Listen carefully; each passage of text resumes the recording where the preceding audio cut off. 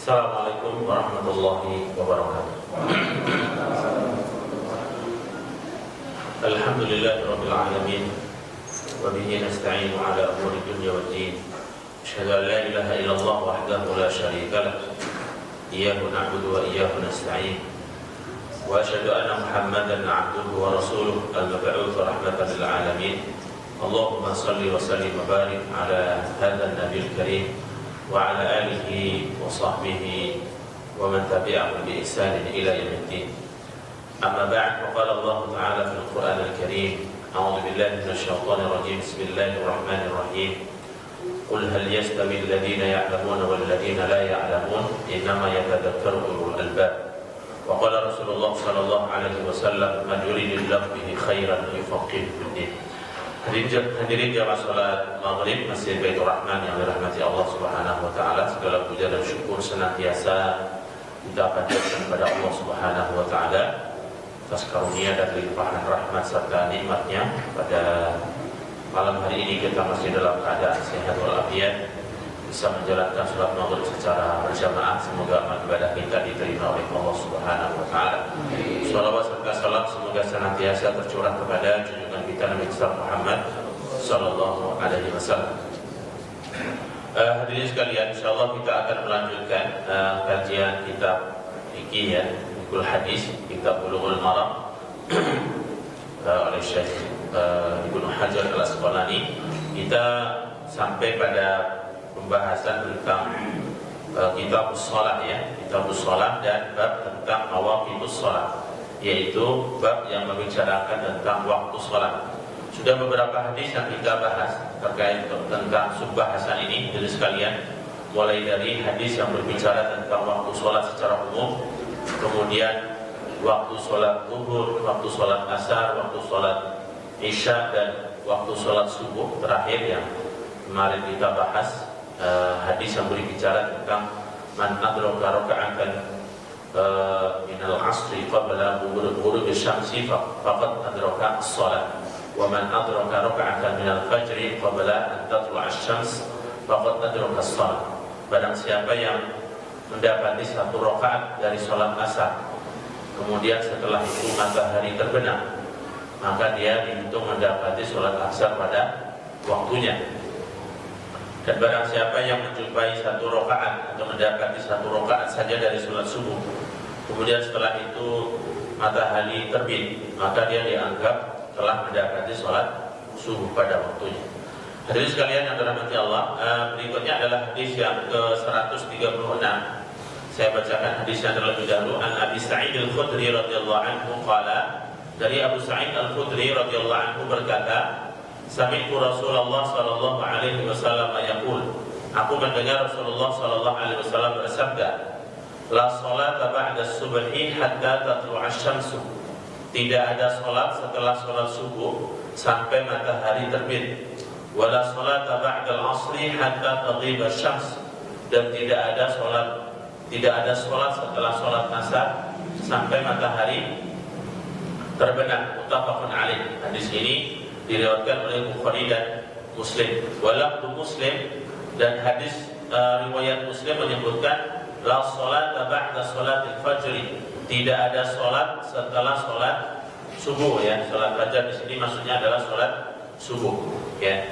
Masih terkait hadis yang ini, hadirin sekalian, dan menurut riwayat Muslim atau riwayat Muslim menyebutkan an Uqbah bin Amir, dari Uqbah bin Amir mengatakan, salatu sa'atin kana Rasulullah sallallahu alaihi wasallam yanhana an usalli fihim, ada 3 waktu yang mana Rasulullah melarang kami untuk salat di dalamnya.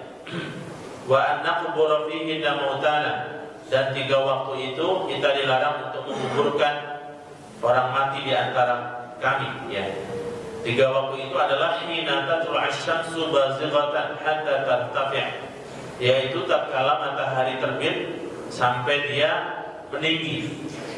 Wa hina yaqumu qa'imu dhahirah hatta tazula asy-syams, dan ketika seseorang berdiri tegak dan matahari berada di atasnya sampai dia tazul, yaitu lengser ke kanan ya, ke barat sorry.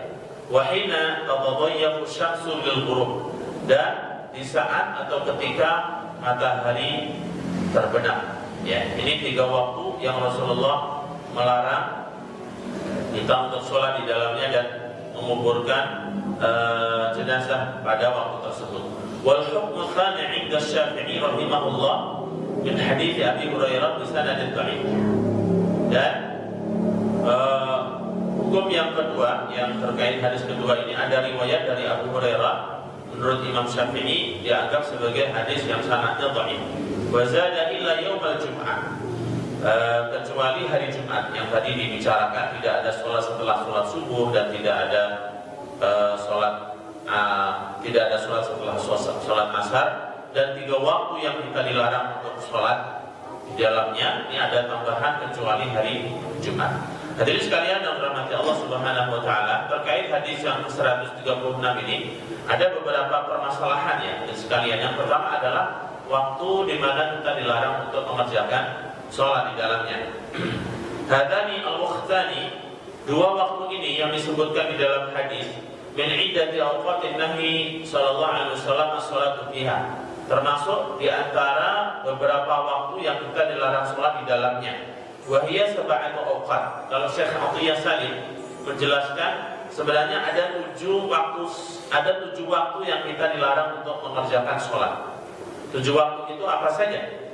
Al-awwal, yang pertama, mabainal adzan wal iqamah fi shalatil fajr. Antara adzan dan iqamah pada salat fajar, salat subuh, fala yajuzu lil insani an yunsi as-salata min dzalikal waqt illa rak'atay sunnatil fajr.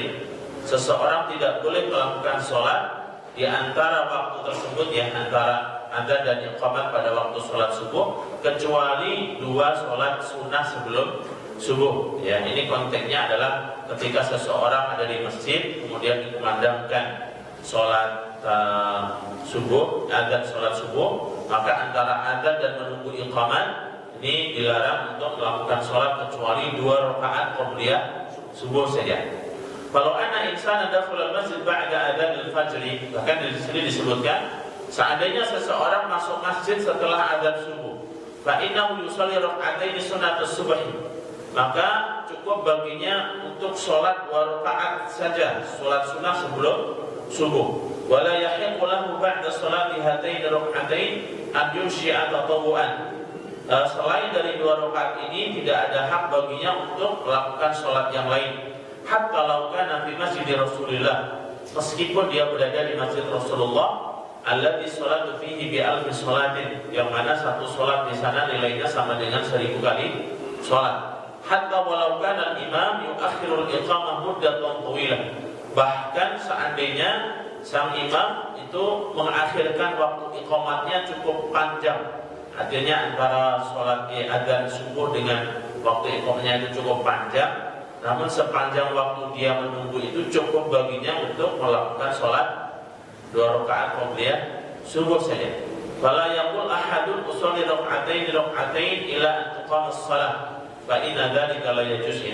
Menurut Syekh Atiyah, maka seseorang tidak dibenarkan misalnya dia berpendapat atau mengatakan aku akan sholat 2 rakaat menunggu imam sampai dia datang misalnya. Nah, ini tidak diperkenankan. Ini yang pertama.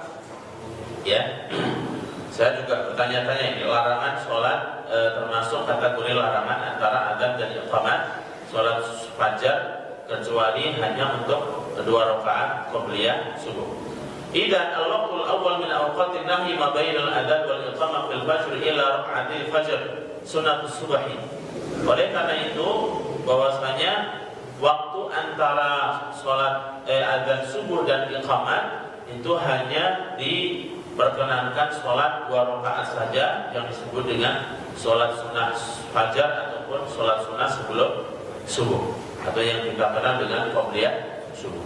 Al-waqtu tsani, waktu yang kedua yang termasuk larangan sholat di dalamnya adalah ba'dal farad min sholat subhi ila awali tulu'i syams, yaitu selesai sholat subuh sampai awal matahari terbit. Sampai awal matahari terbit, fala yusalli ma'al imam, fala yusalli fi hadzal waqti nafilah, maka tidak diperkenankan seseorang untuk melakukan sholat sunnah pada waktu ini illa man fatatus sholatul fajr, kecuali seseorang yang ketinggalan sholat sunnah qabliyah subuh. Kecuali seseorang yang ketinggalan sholat sunnah sebelum subuh. Faman dakhala al-masjid wal imam yusalli al-fajr, misalnya seseorang masuk masjid dan mendapati imam sudah sholat subuh atau sedang sholat subuh sudah dijalankan, fa innahu yadkhul ma'al imam fi shalah, maka orang tersebut hendaknya ikut melakukan sholat subuh bersama imam. Wala yaf'al kama yaf'al ba'dun nas, dan hendaknya dia tidak melakukan seperti yang dilakukan oleh sebagian orang. Fa innal ba'd idza dakhala wal imam yusalli akhadha wa shalla sunnat as-subhi. Ada sebagian orang ketika masuk masjid sholat subuh dan mendapati imam sudah melakukan sholat, dia melakukan sholat sunnah buru-buru, ya. Tsumma yudrikul imam fil fardhah, setelah itu baru mengikuti imam sholat subuh. Wa hadza wa ma yaqulu fi ba'd al-madzahib, memang ini ada sebagian mazhab yang mengatakan hal itu. Wa yaquluna yajuzu dzalika hatta law fatatu raka'atan aw juz'an min raka'atis tsaniyah. Bahkan sebagian mazhab itu membolehkan seseorang ketika masuk masjid dan mendapati imam sudah sholat wajib, ya, sedang sholat fardu, dia boleh melakukan sholat sunnah meskipun sampai nanti ketinggalan satu rakaat pertama misalnya. Ada pandangan yang seperti itu. Wa hadza mukhalifun lisunnah, dan ini merupakan pendapat yang dianggap bertentangan dengan sunnah Rasulullah. Fa idza dakhala wal imamu fi shalah fa innahu yadkhul ma'ahu fil fardhah. Karena petunjuk Rasulullah adalah ketika seseorang masuk masjid dan mendapati imam sedang sholat wajib, maka wajib keharusan dia adalah mengikuti sholat fardu. Wa ba'da an yusallimul imam yusalli sunnah qabla an tatlu'a asy-syams. Dan dalam konteks sholat subuh, apabila seseorang ketinggalan sholat sunnah sebelum subuh dan kemudian langsung ikut imam, maka setelah sholat subuh dia boleh mengqadha'nya, ya, mengqadha' sholat subuh sebelum matahari terbenam. Artinya jangan melakukan sholat di saat matahari itu sedang sampai matahari terbit. Jangan melakukan ketika saat matahari itu sedang terbit, ya. Jadi antara selesai sholat subuh sampai matahari sebelum terbit, dia boleh mengqadha' sholat sunnah qabliyah subuh. Faman lam yusalli sunnat as-subhi shalah in sya'a ba'da salat qabla tulu'i syams wa in sya'a akharaha ila ba'da tulu'i syams. Ada dua pilihan, seseorang yang tidak berkesempatan atau ketinggalan sholat qabliyah subuh, dia bisa mengqadha'nya selesai sholat subuh langsung, atau bisa mengqadha'nya setelah matahari terbit. Ya, boleh dilakukan di kedua waktu ini. Idan al-waqtu tsani ba'da salat as-subhi ila tulu'i syamsi illa sunnat al-fajr liman lam yudrikuha qabla as-salat. Dengan demikian, larangan waktu yang dilarang kita melakukan sholat adalah antara sholat subuh, selesai sholat subuh sampai matahari terbit, kecuali seseorang yang mengqadha' sholat sunnah sebelum subuh, boleh dilakukan pada waktu itu. Wal waqtu tsalits, adapun waktu yang ketiga yang termasuk kategori larangan sholat di dalamnya adalah hinama yabdu tarfu syamsil a'la 'inda syuruq, yaitu di saat matahari sedang muncul atau sedang terbit ataupun sedang baru muncul, ya. Tarful a'la itu maksudnya bagian matahari bagian atasnya atau kelihatan alis, ya. Karena matahari itu kursun itu bulat begini, ya. Kalau kita anggap misalnya seperti mata uang bulat gitu, itu baru muncul bagian atasnya. Atau bahasa umumnya adalah ketika matahari sedang terbit, maka dilarang seseorang untuk melakukan sholat. Fayumsik 'anis shalah hatta yaktamil al-qarsu wa yartafi'u qadru rumhin. Maka hendaknya seseorang tidak melakukan sholat pada waktu itu sampai matahari itu benar-benar terbit, sempurna terbitnya. Maksudnya sudah terbit penuh dan sudah meninggi. Meningginya itu kapan? Kalau bahasa hadisnya itu adalah qadru rumhin. Di sini disebutkan qadru rumhin itu setinggi tumbak. Dan juga sebagian ulama membahasakan adalah setinggi manusia. Jadi kalau waktu sholat subuh misalnya kita di sholat subuh kemudian berzikir dan menunggu waktu syuruk ya, maka sholatnya adalah ketika matahari sudah terbit dan sudah meninggi setinggi satu tombak, atau bahasa lainnya adalah setinggi manusia, setinggi kita ya. Kita lihat dari jarak di mana kita berada, itu matahari sudah meninggi setinggi manusia, itu baru kemudian boleh melakukan sholat ya. Kalau dihitung hitungan menit itu kurang lebih 10 sampai 15 menit dari waktu syuruk, dari waktu matahari terbit ya. Kalau misalnya sekarang syuruk itu jam berapa? 6:04 ya. Ya mungkin ditambah 10 menit sampai 15 menit itu matahari mungkin sudah meninggi setinggi manusia ya, sudah meninggi. Kemudian yang al-waqtu bima'na annaka tara qars asy-syamsi murtafi'an 'ala wajhil ardi bi miqdar ruhin. Artinya Anda melihat matahari itu bulat ya, dan sudah meninggi di atas bumi dan sudah meninggi setinggi tumbak. Fayakunu baina qars asy-syamsi wal ardi qadra ruhin. Antara matahari dan bumi ini jaraknya setinggi manusia berdiri ya. Wa huwa bi miqdari qamati insanin taqriban, yaitu kurang lebih setinggi manusia berdiri. Fa idza tala'at syamsu wa irtafa'at an wajhil ardi qadra ruhin faqad zala al-karahah. Oleh karena itu ketika matahari sudah terbit dan sudah meninggi setinggi manusia, maka hilanglah namanya waktu karahah, waktu di mana kita dilarang untuk sholat, atau waktu karahah ini di sini waktu yang dimakruhkan ya, waktu yang dibenci kita untuk sholat. Al-waqtu rabi, waktu yang keempat hadirin sekalian termasuk larangan adalah hina tastawi syamsu fi kabdi sama hatta tazul, yaitu ketika matahari berada di jantung langit, maksudnya pas tengah-tengahnya, sampai matahari itu lengser itu geser ke barat, dan itu bisa dilihat dengan bayang-bayang kita. Kalau bayang-bayang kita sudah berada di timur kita, maka matahari berarti sudah ke barat. Wa ba'dhum yaqul illa yaumul jum'ah, kecuali hari Jumat. Kalau hari Jumat itu hadirin sekalian, kan ada hadis di mana ketika seseorang datang ke masjid masuk sholat Jumat, maka dia boleh melakukan sholat 2 rakaat sebanyak yang dia mampu sampai imam naik mimbar, ya kan?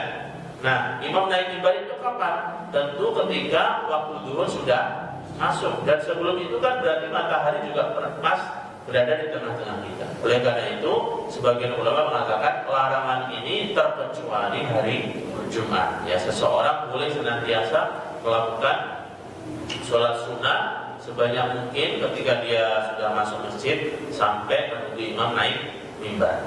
Meskipun imamnya, kalau konteks kita di masjid ini kan imamnya juga sudah datang ya, tapi dalam hadis itu adalah ketika imam naik mimbar. Selama imam belum naik mimbar, maka seseorang boleh melakukan sholat sunnah sebanyak-banyaknya ya.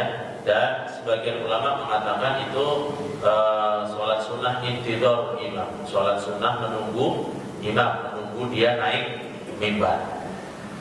Fa'innahu tajuzu sholat fi hadzal waqt. Untuk hari Jumat ini boleh sholat di waktu itu, di waktu matahari ketika berada di tengah-tengah kita, di atas ubun-ubun kita atau di jantung langitnya di tengah. Sawa'un kanatil fardhah aw nafilah, baik itu sholat wajib ataupun sholat sunnah. Wal fardhah ala ra'yil jumhur la tasihhu illa ba'da tahaqqiz zawal. Hanya saja mayoritas ulama berpandangan sholat wajib ya sholat Jumat ini tidak boleh dilakukan kecuali sudah benar-benar matahari itu zawal, yang zawal itu sudah lengser ke barat, sudah masuk waktu zuhur. Waqad haqqaqa al-Imam Malik rahimahullah dzalika fil Muwatta' bima la yamzid alayhi, walakinahu ajaza salat tahiyyat al-masjid lil qadim yawm al-jum'ah sawa'un qabla an yas'ad al-imam aw ba'da an yas'ad 'ala al-mimbar liyakhutub. Bahkan para ulama membolehkan seseorang untuk melakukan sholat seperti sholat tahiyatul masjid bagi mereka yang baru saja datang masuk masjid di saat ketika sang imam itu sudah naik mimbar atau sedang khutbah ya, untuk sholat tahiyat masjid pada hari Jumat. Seseorang ketika masuk masjid dan misalnya menjumpai imam sudah naik mimbar, maka dia sholat tahiyatul masjid, atau bahkan ketika imam juga sedang khutbah. Dan bahkan sebagian ulama hadirin sekalian, meskipun ketika saat adzan dikumandangkan pada waktu khusus hari Jumat. Ya, kenapa? Karena nanti ketika sang muadzin itu selesai adzan, maka sang khatib langsung berkhutbah, kita diperintahkan untuk mendengarkan. Ya, oleh karena itu di saat hari Jumat ketika sang muadzin adzan kita baru masuk, maka kita langsung sholat tahiyatul masjid. Ya. Fa idza dakhala al-masjid fala yajlis hatta yusalli rak'atain. Ya. Seseorang ketika masuk masjid maka janganlah duduk sampai dia sholat 2 rakaat yang disebut dengan tahiyatul masjid. Fa idza dakhala 'inda istiwa'i syams fi kabidis sama' yaumul jum'ah falahu an yusalli. Begitu juga ketika masuk masjid dan matahari benar-benar pas di tengah-tengah kita, namun hal itu pada hari Jumat tetap dia sholat tahiyatul masjid atau sholat sunnah. Wa amma 'ada yaumul jum'ah fala. Nah, ini di sini adapun selain hari Jumat maka tidak demikian. Ya, ketika seseorang masuk masjid dan matahari sedang berada di tengah-tengah ubun-ubun kita atau di jantung langit, maka hendaknya dia tunggu matahari zawal, ya, baru kemudian sholat. Wal waqtul khamis, waktu yang kelima, ba'da sholatil asri ila ghurubis syamsi. Termasuk waktu yang dilarang kita sholat adalah setelah sholat asar sampai matahari benar-benar terbenam.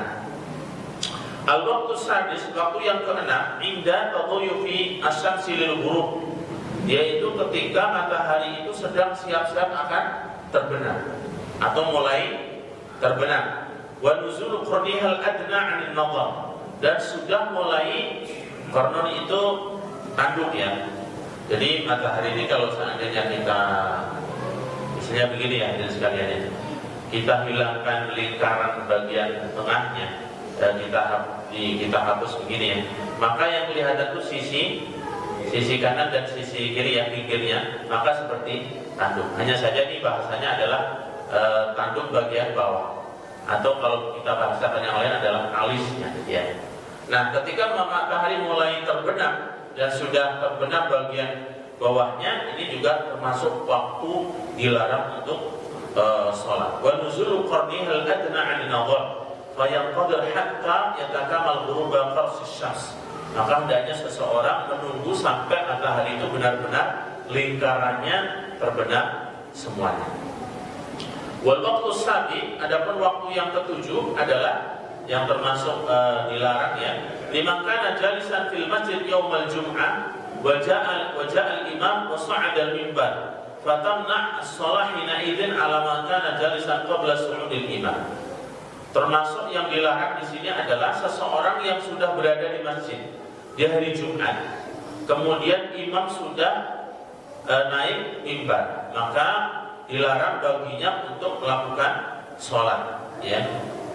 Qabla su'udil fatamna as-shalah hina idzin ala man kana jalisan qabla su'udil amal qadim al-kharij ba'da su'udil imam athna al-khutbah fa inna al-imatu thalatha yujizuna lahu as-shalah. Adapun jika seseorang baru masuk masjid, maka ini tidak termasuk yang dilarang. Yang terlarang adalah ketika seseorang sudah berada di masjid sejak lama hari Jumat, kemudian imam naik mimbar dan akan khutbah, maka kewajiban dia adalah mendengarkan khutbahnya, ya. Oleh karena itu hadirin sekalian, ini terkait sholat sunnah sebelum Jumat, ya. Biasanya masjid-masjid yang di situ adanya sekali, dia mempersilahkan jamaah, ya, bagi jamaah yang biasa sholat sunnah qobliyah Jumat, silahkan untuk sholat sebelum imam naik mimbar, ya. Namun bagi masjid yang azannya 2 kali, maka di situ ada kesempatan untuk melakukan sholat sunnah qobliyah al-Jum'ah. Wal amru dairun baina tarjihil isghab wal insat lil khatib wal ishtighal bi sholat tahiyatul masjid. Illah ataupun alasan terkait hal ini kenapa dilarang untuk sholat ketika imam sudah naik mimbar, itu adalah perintah untuk mendengarkan khutbah, ya. Dalam satu hadis yang sering dibacakan di beberapa masjid, hadirin sekalian, di beberapa masjid itu sang muadzin biasanya senantiasa membacakan hadis, ya. Meskipun kadang, ya, Ini hanya sebuah ritual yang tidak dipahami oleh banyak jamaah.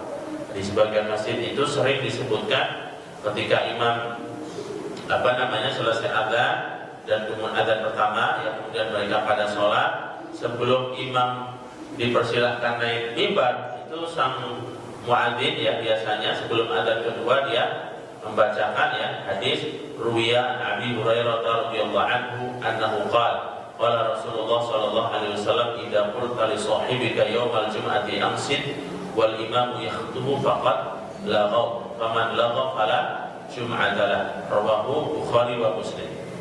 Termasuk di kampung saya juga dari dulu dibacakan ini. Cuma kadang tidak tahu artinya. Artinya adalah ya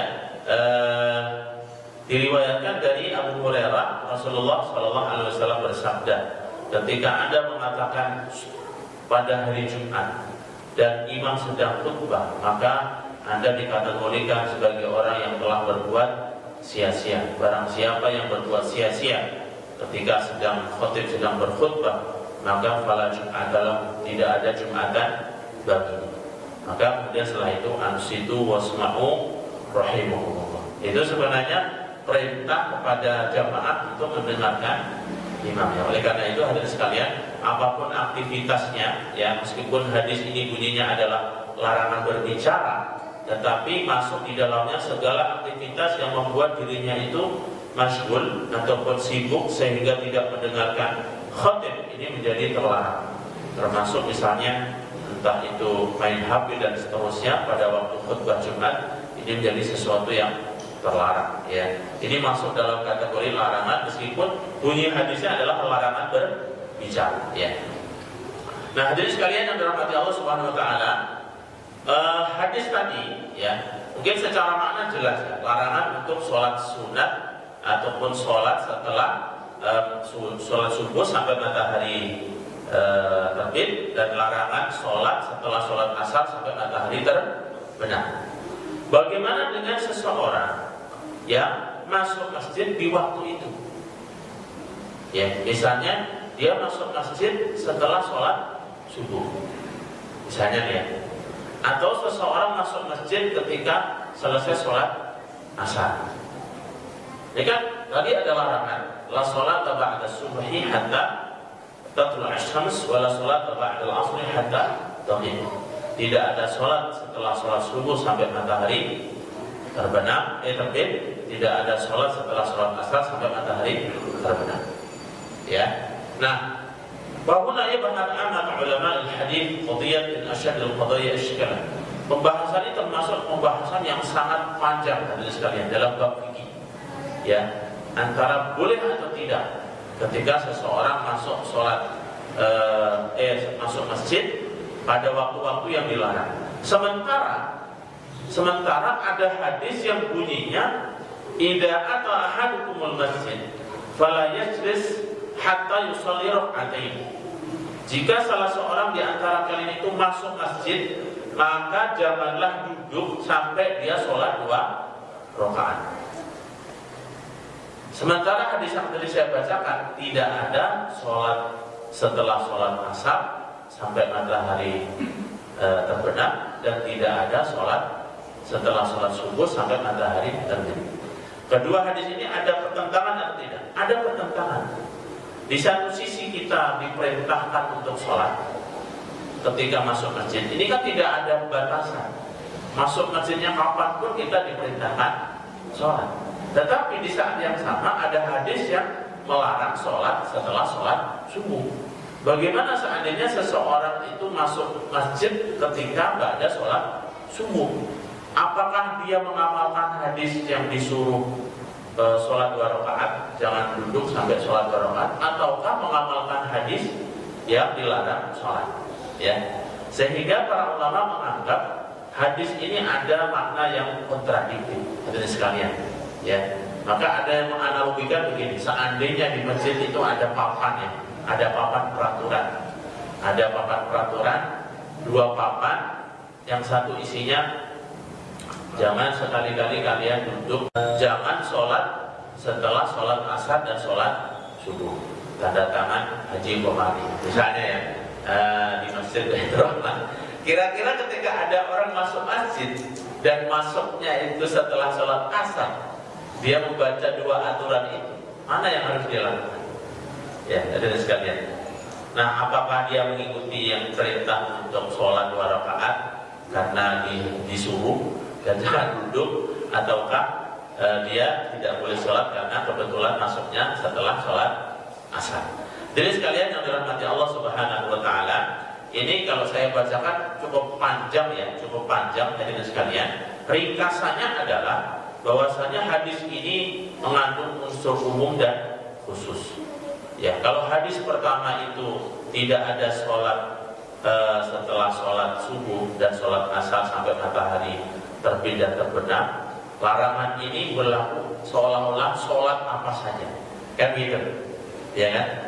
Sementara hadis yang tadi perintah untuk sholat ketika masuk masjid, ini juga secara umum diperintahkan kapan saja. Jadi ada lafaz umum yang tidak boleh sholat apa saja, dan ada lafaz umum untuk sholat kapan saja. Menggabungkan kedua hadis ini, maka para ulama berargumentasi dan sekalian.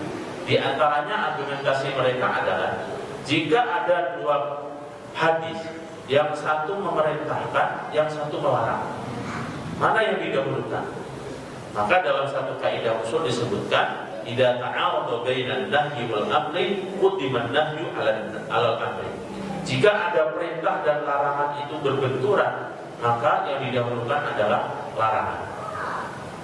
Tetapi kan konteksnya hadis ini tidak berbicara satu isu, satu masalah, ya kan? Sehingga ya seseorang semuanya punya argumentasi. Nah, mayoritas ulama mensikapi hadis ini, maka mayoritas ulama ini dari 4 mazhab adalah Abu Hanifah, Imam Malik, dan Imam Ahmad bin Hanbal. Semua sholat itu dilarang. Seseorang apabila masuk masjid dan masuknya itu setelah sholat subuh atau sholat asar, maka dia tidak dianjurkan untuk melakukan sholat. Namun Imam Syafi'i mengatakan tidak, karena kita berpegang pada hadis yang tadi, dilarang duduk sampai sholat 2 rakaat. Selama yang kita lakukan itu adalah sholatnya disabab, mempunyai sebab. Sebabnya itu baik sebab yang menyertai, atau sebab yang mendahului, atau sebab yang membelakangi. Panjang sekali pembahasannya. Contoh sebab yang mendahului itu adalah tahiyatul masjid. Seseorang masuk masjid itu ada alasan untuk melakukan sholat. Alasannya apa? Penghormatan terhadap masjid. Adapun sholat sunat yang sebab yang menyertai itu adalah seperti sholat sunat setelah tawaf. Ada sekali. Itu menyertai. Ada perintah untuk sholat 2 rakaat setelah selesai tawaf. Kemudian sholat sunat yang sebabnya itu belakangan adalah sholat sunat sebelum ihram. Kalau kita berada di miqat, mau ihram, mau berniat ihram ya, itu kan disunahkan untuk sholat 2 rakaat. Nah, Imam Syafi'i mengatakan bahwasanya mazhab Syafi'i, yang ulama-ulama Syafi'i mengatakan selama itu ada sebab maka boleh. Yang tidak boleh itu adalah seseorang sengaja melakukan sholat sunat mutlak yang tidak ada sebab atau alasan. Misalnya kita duduk dari sholat subuh. Dari sholat subuh kita duduk, dan sebelum subuh juga kita sudah sempat sholat sunat 2 rakaat. Kemudian ikut sholat subuh berjamaah. Kemudian duduk sholat subuh dan zikir. Tiba-tiba seseorang sengaja bangun untuk sholat, itu yang terlarang.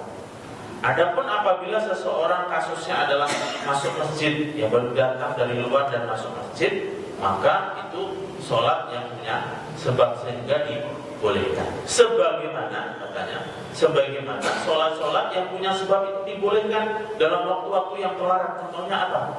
Sholat jenazah, itu ada sebabnya. Dan juga ada hadis lain yang Rasulullah mengatakan bahwasanya untuk di Masjidil Haram, ya di Masjidil Haram ini tidak ada larangan waktu apapun. Artinya ada sebab-sebab yang membolehkan seseorang untuk melakukan sholat di waktu yang terlarang. Begitu juga misalnya Rasulullah dalam satu hadis, dalam satu riwayat, beliau sholat sunat setelah sholat asar, dan itu sebagai mengqadha sholat sunat ba'diyah zuhur. Ya, jadi Rasulullah itu pernah mengqadha ba'diyah zuhur, dilakukan kapan? Setelah sholat asar.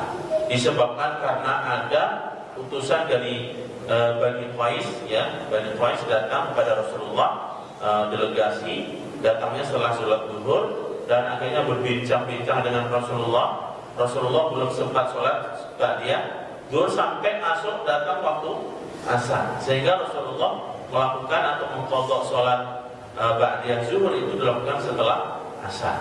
Ya, ini diantara argumen-argumen yang dilakukan oleh mazhab Syafi'i, bahwasanya sholat sunnah yang mempunyai sabab boleh dilakukan waktu-waktu terlarang.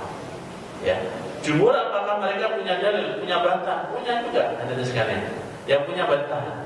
Kalau sholat-sholat yang tadi Anda sebutkan, kata jumhur nih ya, ketika membantah pendapatnya siapa? Imam Syafi'i. Alasannya kan ada beberapa sholat yang dikecualikan, yang Rasulullah juga mencontohkan. Apa yang Anda sebutkan itu kan ada nasnya, ada bunyi hadisnya. Ya, adapun tahiyatul masjid itu tidak ada bunyinya, tidak ada bunyi termasuk yang dikecualikan, begitu. Ya, sehingga menurut jumhur tetap bahwasanya mereka berpandangan bahwasanya apabila seseorang masuk masjid dan pada waktu yang terlarang, maka dia tidak boleh sholat tahiyatul masjid. Ya, sekali lagi hadirin sekalian, semuanya itu punya argumentasi yang sangat banyak, ya, dan mendukung pendapat mereka masing-masing, ya, dan hasilnya adalah demikian. Oleh karena itu, sikap kita hadirin sekalian, ya, apabila seseorang mengambil pandangan jumhur dan kemudian masuk masjid dia tidak sholat, ya, itu adalah bagian dari apa yang dia yakini, mengikuti pendapat jumhur.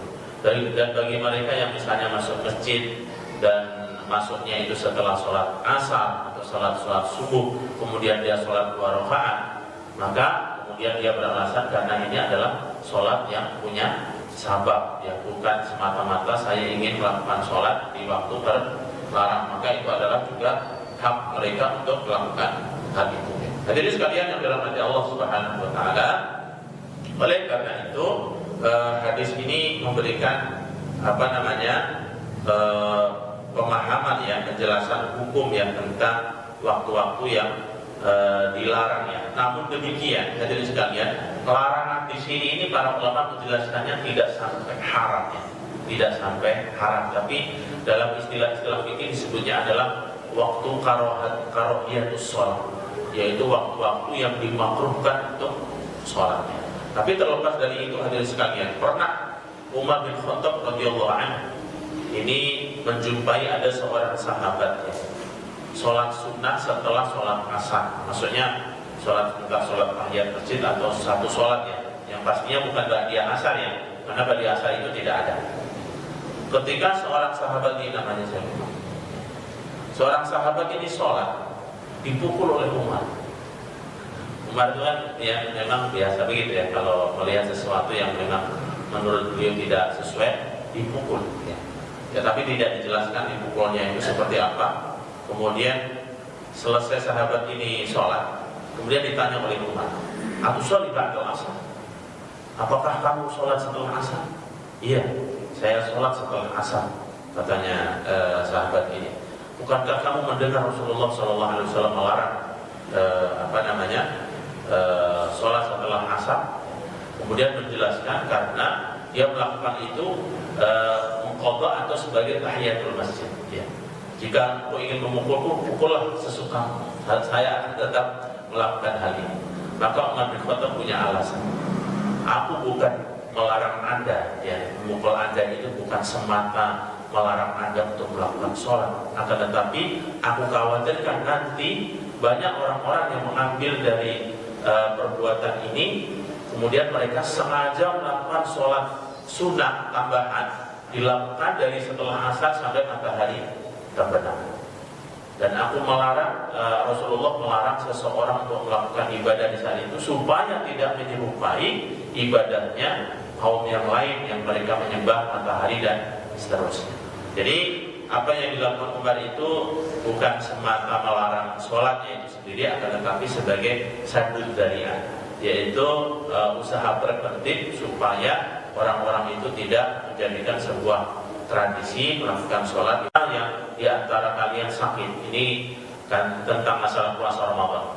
Barang siapa yang diantara kalian sakit pada bulan Ramadan ataupun melakukan safar perjalanan, maka hendaknya diganti pada hari-hari yang lain. Hari-hari yang lain selain Ramadan itu berarti jumlahnya satu tahun ada berapa hadirin sekalian? Ada 330 hari. Apakah 330 hari itu seseorang boleh mengqadha sholatnya, mengqadha puasanya? Bebas? Tentu tidak. Ada hari-hari yang terlarang, seperti hari Idul Fitri, Idul Adha, hari Tasyrik. Itu kan kita dilarang berpuasa. Meskipun bunyi ayat tapi umum. Lakukanlah untuk mengqadha puasa Ramadan itu selain dari hari Ramadan. Akan tetapi tentu ada hari-hari yang terlarang. Begitulah di antara makna hadis ini. Meskipun bunyi hadisnya ada yang mengatakan jika kalian masuk masjid janganlah kalian duduk sampai sholat 2 rakaat, tetapi ada waktu-waktu yang memang di situ terlarang. Bunyinya mana? Hadis tadi. La sholat ba'da subhi hatta tatul asyams wala sholat ba'da al-asri hatta taqib. Tidak ada sholat setelah sholat subuh sampai matahari terbit, dan tidak ada sholat setelah sholat asar sampai matahari terbenam.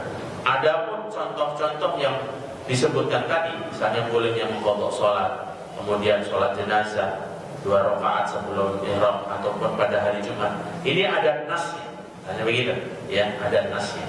Adapun khusus tahiyatul masjid itu tidak ada nas yang mengecualikan untuk hal ini.